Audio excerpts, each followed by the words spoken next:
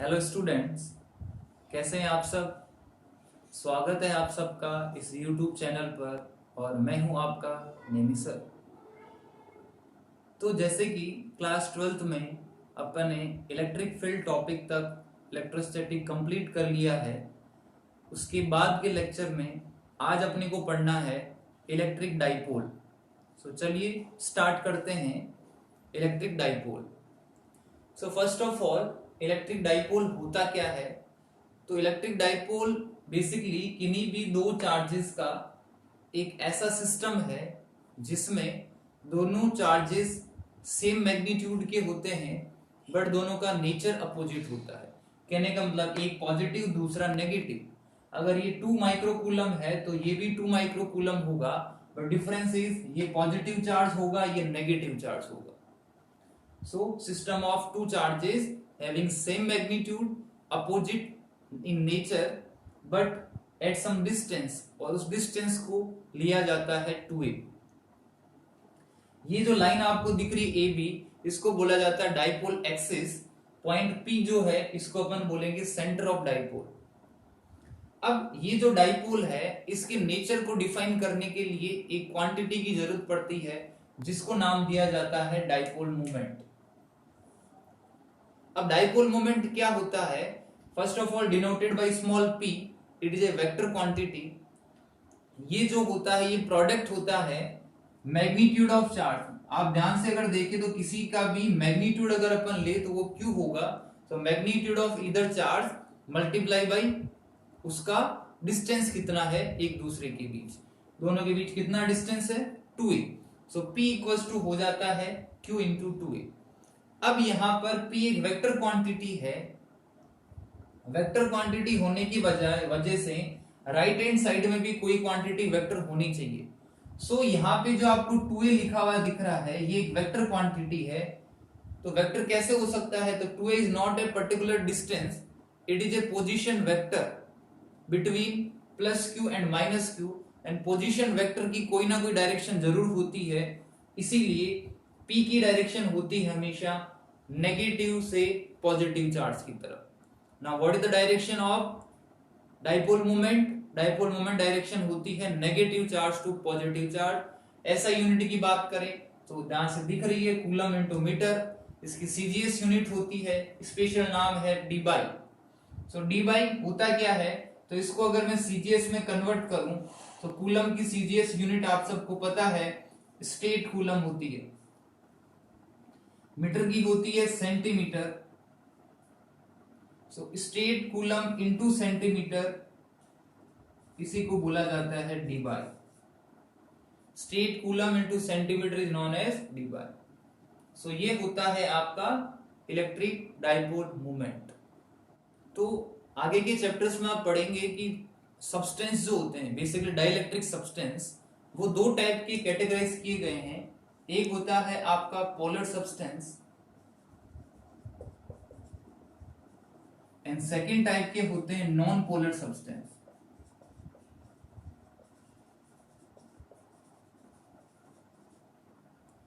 Polar substances के अंदर क्या होता है, जैसे कि फॉर एग्जांपल बात करें पोलर का हो गया H2O और नॉन पोलर का हो गया O2।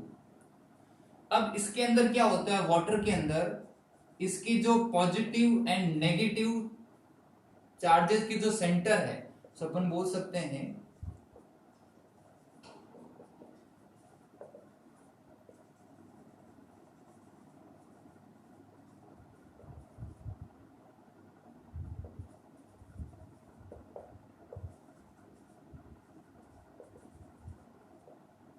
सो इसमें इनके सेंटर्स जो होते हैं एक दूसरे को कोइंसाइड नहीं करते हैं, इसमें ये दोनों सेंटर्स कोइंसाइड करेंगे। अब कोइंसाइड नहीं करते मतलब एक प्लस चार्ज हुआ, दूसरा यहाँ पे नेगेटिव चार्ज हुआ। अब ये डाइपोल सिस्टम बन गया एक, बिकॉज इनके बीच में कुछ ना कुछ डिस्टेंस होगी। इस डिस्टेंस को मैंने ले लिया 2a। तो जो भी पोलर सब्सटेंस होते हैं उनके पास में खुद का एक परमानेंट इलेक्ट्रिक डाइपोल होता है, खुद के पास एक परमानेंट इलेक्ट्रिक डाइपोल होता है। But in the case of non polar उसके पॉजिटिव और नेगेटिव एक ही जगह कोइंसाइड कर रहे हैं, तो अगर मैं इसको ड्रॉ करूं तो पॉजिटिव के ऊपर ही नेगेटिव आएगा। सो दोनों के बीच में डिस्टेंस कितनी, सो आपसे पूछा जाए 2a कितना, तो 2a 0 और डाइपोल मोमेंट भी 0 हो गया। इसका मतलब है इनके अंदर डाइपोल मोमेंट जो होता है वो 0 होता है। बट फिर भी दोनों के अंदर डाइपोल मोमेंट को और इंक्रीज किया जा सकता है। कैसे इंक्रीज करेंगे अपन पढ़ेंगे कैपेसिटर वाले चैप्टर में, जिसमें कि इलेक्ट्रिक फील्ड अप्लाई करने पर इनका इलेक्ट्रिक डाइपोल मोमेंट बढ़ जाता है। तो अगला पॉइंट है आपका कि इलेक्ट्रिक डाइपोल की वजह से इलेक्ट्रिक फील्ड कितना होगा। तो electric field due to a electric dipole, 3 topic पढ़ेंगे इसमें, at axial point, at equatorial point, at any angle. अब एक्सियल और इक्वेटोरियल का मतलब क्या होता है, जैसे कि मान लीजिए ये कोई भी डाइपोल है प्लस क्यू, यहां पर है माइनस क्यू। अगर अपन बात करें, यहां पे ले लिया माइनस, यहां लिया प्लस, तो डाइपोल मोमेंट की डायरेक्शन किधर हो जाएगी, from negative to positive, from negative to positive. ये हो गया डाइपोल मोमेंट। अब यहां पर अगर पॉइंट P यहां कहीं रखा हुआ है, ये पॉइंट P कौन सा पॉइंट है जहां पर मेरे को इलेक्ट्रिक फील्ड कैलकुलेट करना है, या इसको M मान लो। M कोई पॉइंट है जहां पर इलेक्ट्रिक फील्ड कैलकुलेट करना है। सो अगर आपको बोले कि ये इसका सेंटर है, तो डिस्टेंस हमेशा सेंटर से ली जाती है। तो ये डिस्टेंस हो गई R। पोजीशन वेक्टर की टर्म में डिफाइन करेंगे तो ये R वेक्टर हो जाएगा। सो इसका मतलब हुआ कि angle between P vector and R vector will be equals to 0 degree. P भी उस तरफ, R भी उस तरफ, कितने डिग्री का एंगल बनेगा, 0 डिग्री का। यहां अगर बात करें P परपेंडिकुलर होगा R वेक्टर के, और यहां अगर बात करें P एंड R के बीच में कुछ एंगल होगा थीटा। तो ये 3 डेरिवेशन करने हैं। जब ऐसे कुछ कंडीशन होती है कि P और R के बीच में एंगल 0 डिग्री हो, तो वो होता है एक्सियल पॉइंट। अगर 90 डिग्री हो, यहीं से स्टार्ट करेंगे सेंटर से ही, 90 डिग्री हो तो इक्वेटोरियल पॉइंट, कोई अलग एंगल हो तो वो थीटा। पहला derivation, electric field due to a dipole at axial point. तो ये 2 डाइपोल ले रखे हैं, इनका ये सेंटर O है, पॉइंट M पर मेरे को इलेक्ट्रिक फील्ड निकालना है। डिस्टेंसेस हमेशा डाइपोल में उसके सेंटर से ली जाती है। सो डिस्टेंस हो गई आपकी R, बिल्कुल सेंटर में ये पॉइंट O है, तो ये डिस्टेंस A, ये डिस्टेंस भी A। अब यहाँ पर डाइपोल मोमेंट अगर देखें तो उसकी डायरेक्शन किधर से किधर होगी, नेगेटिव से पॉजिटिव की तरफ। तो ये यहाँ पे शो कर रहा है डाइपोल मोमेंट P। अब इस पॉइंट पे आ जाइए, आपको निकालना है इलेक्ट्रिक फील्ड। तो electric field is a vector quantity, तो सबसे पहले बात करेंगे उसकी डायरेक्शन की। नेगेटिव चार्ज ये हो गया पॉइंट M, तो सेंटर से इसकी डिस्टेंस R अपने को पता ही है। सो यहां से डिस्टेंस क्या हो जाएगी, सो क्या लिख सकते हैं अपन, R प्लस A। अगर प्लस Q की डिस्टेंस की बात करें तो ये होगी R माइनस A। सो इस नेगेटिव चार्ज की वजह से यहां पर इलेक्ट्रिक फील्ड निकालना है। सो उसके लिए सबसे पहले फोर्स की डायरेक्शन कैलकुलेट की जाती है, ये नेगेटिव, ये पॉजिटिव, क्योंकि जिस पॉइंट पर अपने को इलेक्ट्रिक फील्ड निकालना होता है तो वहां पर अपने को पता है एक टेस्ट चार्ज रखा जाता है। अब ये इसको क्या करेगा, अट्रैक्ट करेगा। इसकी बात करें तो ये इसको रिपेल करेगा। सो ये हो गया electric field due to plus Q, और ये हुआ electric field due to minus Q। आप क्लियरली देख पा रहे हैं कि जो एरो है वो दोनों इक्वल लेंथ की नहीं है। ऐसा क्यों हो रहा है, क्योंकि इलेक्ट्रिक फील्ड का जो फॉर्मूला होता है वो होता है KQ अपॉन R स्क्वायर। जैसे कि पॉइंट चार्ज की वजह से इलेक्ट्रिक फील्ड इतना होता है। अब Q तो दोनों का सेम है, मैग्नीट्यूड तो दोनों का सेम है, डिपेंड करेगा डिस्टेंस पे।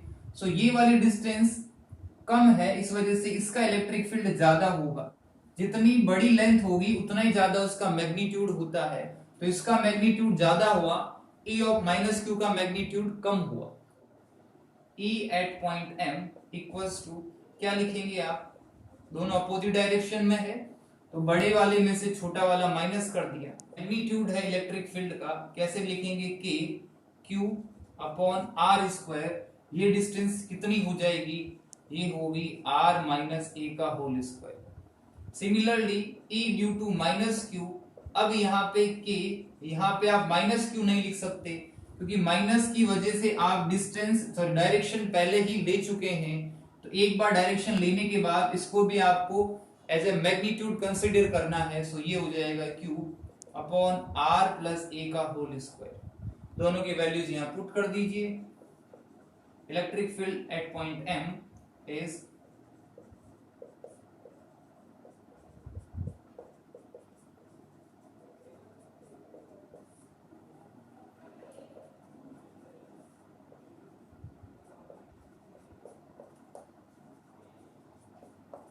इसको इससे कैंसिल आउट कर दिया तो अपने पास E at point M becomes 4a r kq upon r square minus a square का होल स्क्वायर। अपन ने पढ़ रखा है डाइपोल मोमेंट होता है 2aq, सो इसको ब्रेक करने की कोशिश करेंगे। सो em becomes 2k 2aq upon r square minus a square का होल स्क्वायर इंटू r, ये बन गया p। सो अब यहाँ पे एक कंडीशन ली जाती है। कंडीशन ये ली गई है कि r is must greater than a। r जो है उसकी वैल्यू a के कंपैरिजन में बहुत ज्यादा ली गई है, इसी कंडीशन को बोलते हैं अपन आइडियल डाइपोल। आइडियल डाइपोल का वैसे मतलब तो ये होता है कि अगर इन दोनों के बीच डिस्टेंस जीरो की तरफ अप्रोच करे और उनका चार्ज इंफिनिटी की तरफ अप्रोच करे, मतलब चार्ज की वैल्यू बहुत ज्यादा डिस्टेंस बहुत कम हो। तो सिमिलर ये तो r अगर बहुत दूर है तो इसको तो बिल्कुल पास पास दिखाई देंगे, तो ऐसे केस को बोलते हैं आइडियल और पॉइंट डाइपोल। अब ये कंडीशन जैसे यहां लिखोगे तो a स्क्वायर नेग्लेक्ट हो गया यहां से, तो क्या बचा 2kp r upon r square का होल स्क्वायर। सो एक r से कैंसिल आउट हुआ, सो ये बना 2kp upon r cube. So electric field at point m becomes 2kp upon r cube. अगर इसकी वेक्टर फॉर्म की बात करें कि वेक्टर फॉर्म में कैसे लिख सकते हैं, em vector equals to 2k, अपने को पता है p upon r cube, so ये हो जाएगा p cap. Magnitude form multiply by इसका यूनिट वेक्टर। अब यहां से आप चेक कर सकते हैं कि p की डायरेक्शन इधर है, इसका नेट इलेक्ट्रिक फील्ड अगर अपन ने देखा तो इधर ही तो आया था, this is direction of net electric field. तो नेट इलेक्ट्रिक फील्ड और p दोनों सेम डायरेक्शन में है, इसलिए यहां पर पॉजिटिव साइन ही रहेगा। सो ये हो जाती है इसकी वेक्टर फॉर्म। जब p और r वेक्टर के बीच में, ये आपका p वेक्टर है, p और r वेक्टर के बीच में जब 90 डिग्री का एंगल हो जाएगा, तो ये आपको दिख रहा है 90, सो ये पॉइंट m इस बार यहां कहीं लाई करेगा।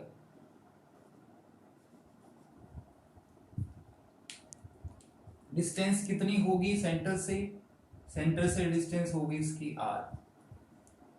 आपको क्या निकालना है, electric field at point m। सबसे पहले वही डायरेक्शन की बात करेंगे, तो इसकी वजह से यहां पे लगने वाला फोर्स और इसकी वजह से यहां पर लगने वाला फोर्स। सो यहां पे बात करें माइनस क्यू की वजह से, तो सबसे पहले यहां पर एक टेस्ट चार्ज रखा जाता है क्यू नॉट, ये पॉजिटिव ये नेगेटिव क्या करेंगे आपस में करेंगे अट्रैक्ट। सो ये हुआ अट्रैक्शन का फोर्स और ये करेंगे आपस में रिपेल। अब यहां पर दोनों की लेंथ इक्वल होगी, इक्वल इसलिए होगी क्योंकि दोनों का मैग्नीट्यूड बराबर, और ये डायरेक्शन ये डिस्टेंस अपन फाइंड आउट कर ही सकते हैं। अगर ये r है ये a है, तो ये कितनी हो जाएगी रूट के अंदर r square plus a square. Similarly ये भी इतनी होगी।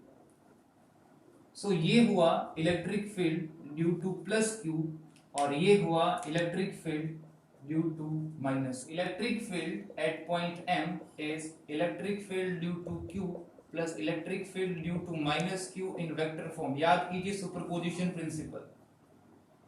अब आप देख सकते हैं कि यहाँ पर जो ये माइनस क्यू है, ये प्लस क्यू है, ये सेंटर हो गया, डिस्टेंस आर है, ये सारे डिस्टेंसेज आर है। इक्विलेटरल ट्रायंगल तो नहीं बन रहा क्योंकि ये डिस्टेंस 2a है, ये अलग अलग डिस्टेंसेस है। सो अपन ने मान लिया कि ये एंगल थीटा है, ये भी थीटा होगा। अब जैसे कि अपने को पता है कि वेक्टर सम करना है, तो वेक्टर सम के आपको बहुत सारे तरीके बताएं, बट एक शॉर्ट ट्रिक हमेशा याद रखिए, अगर एंगल गिवन है आपको तो पैरेललोग्राम लॉ ऑफ एडिशन लगा सकते हैं। एंगल नहीं गिवन है तो हमेशा आप लगाएंगे स्प्लिटिंग ऑफ वेक्टर्स और रेजोल्यूशन ऑफ वेक्टर, कैसे उनके कंपोनेंट्स में ब्रेक करते हैं। चलिए देखते हैं। अब मेरे पास ये है ई क्यू और ये है ई ड्यू टू माइनस क्यू, इनके कंपोनेंट्स निकालने हैं।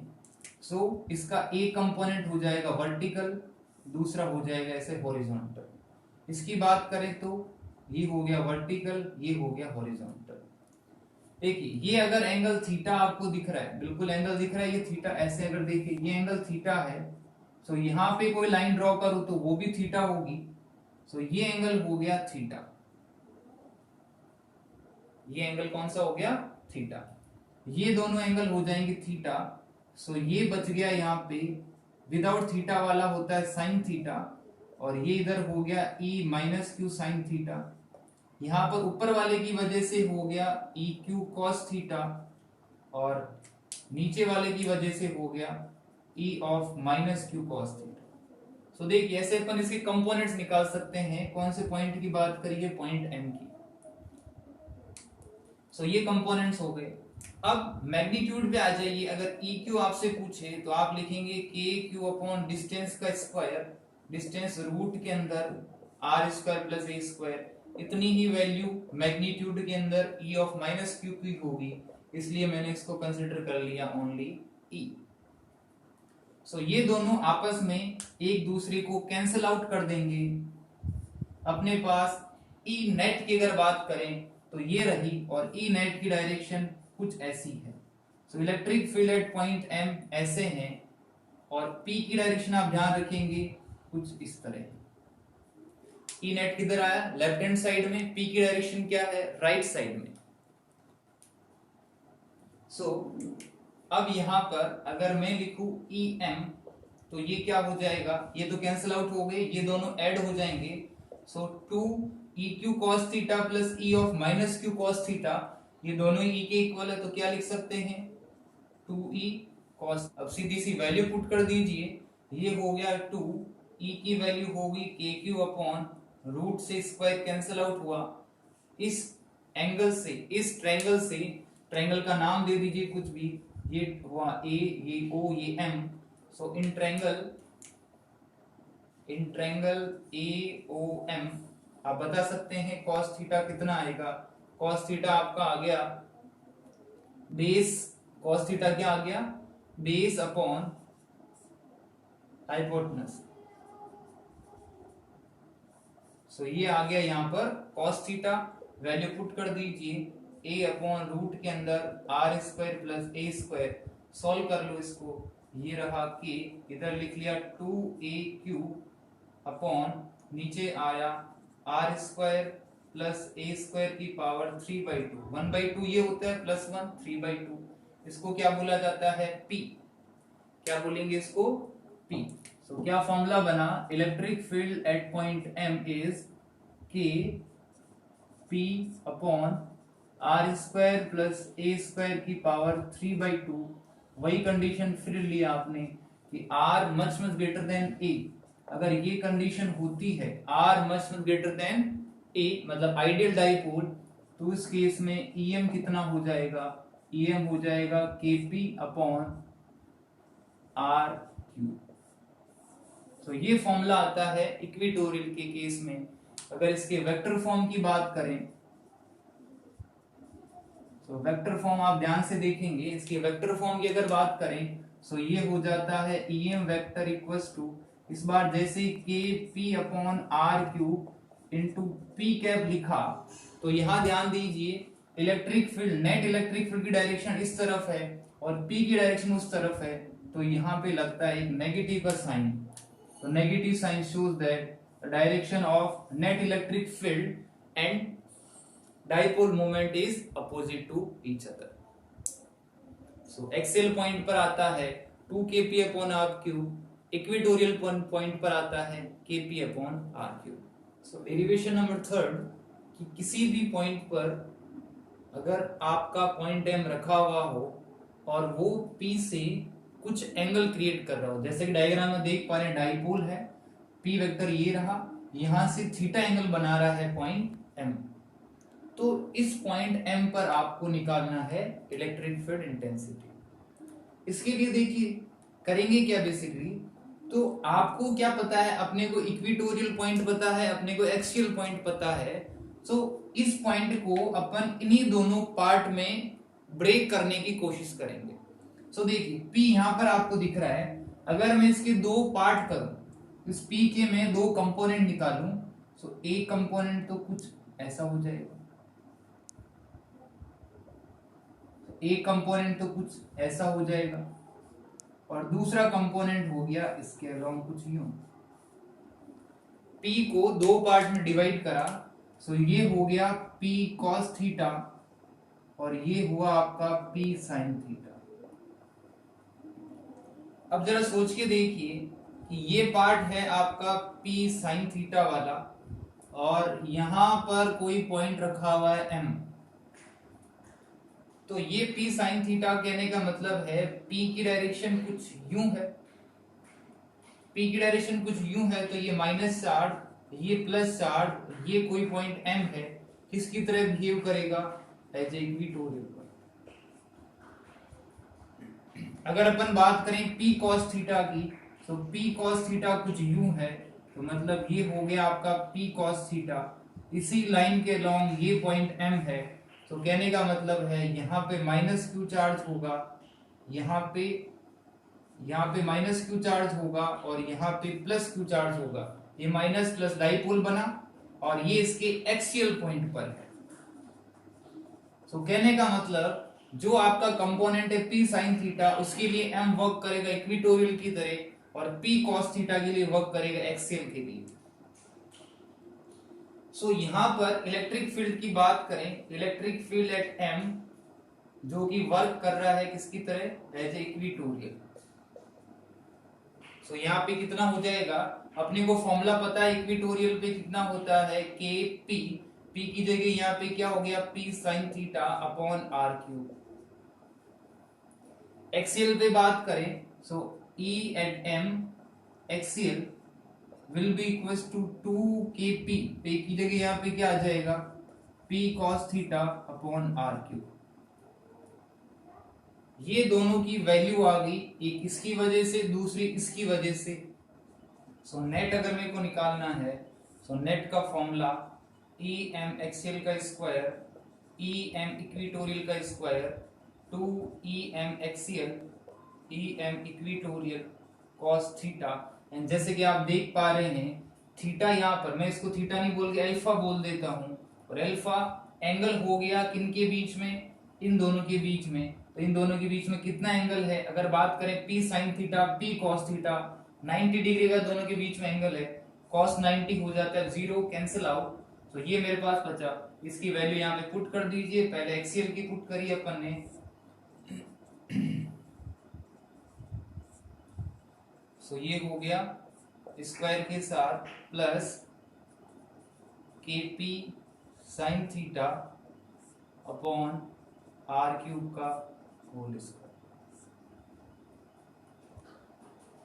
सॉल्व कर लीजिए इसको, यहां पर आपके पास आ गया 4k square P square cos square theta upon R की पावर 6 प्लस ये आया k square P square sine square theta upon R की power 6, k square P square R की पावर 6 कॉमन ले लिया, तो रूट से बाहर क्या आएगा, रूट से बाहर आ गया KP अपॉन आर क्यूब, अंदर बचा यहाँ से 4 cos स्क्वायर थीटा और उधर से बचा sign square theta. Sign square theta plus cos square theta के फॉर्मूले में अगर ब्रेक करें इसको, तो ये आ गया KP upon r cube root के अंदर 3 cos squared theta plus 1. This one is a general formula of electric field due to electric dipole at any angle theta. किसी भी एंगल थीटा का वैल्यू निकाल सकते हैं. मान लीजिए थीटा इक्वल टू 0 डिग्री रखा, तो 0 डिग्री अपने को पता है एक्सियल के लिए होता है. 0 रखेंगे तो ये कितना हो जाए, cos 0 होता है 1, तो ये हो गया रूट के अंदर 4, तो कितना आ गया 2 kp अपॉन r क्यूब. अगर 90 डिग्री रखेंगे तो ये आ जाएगा kp upon r cube. So ये थे आपके 3 derivation related to electric dipole.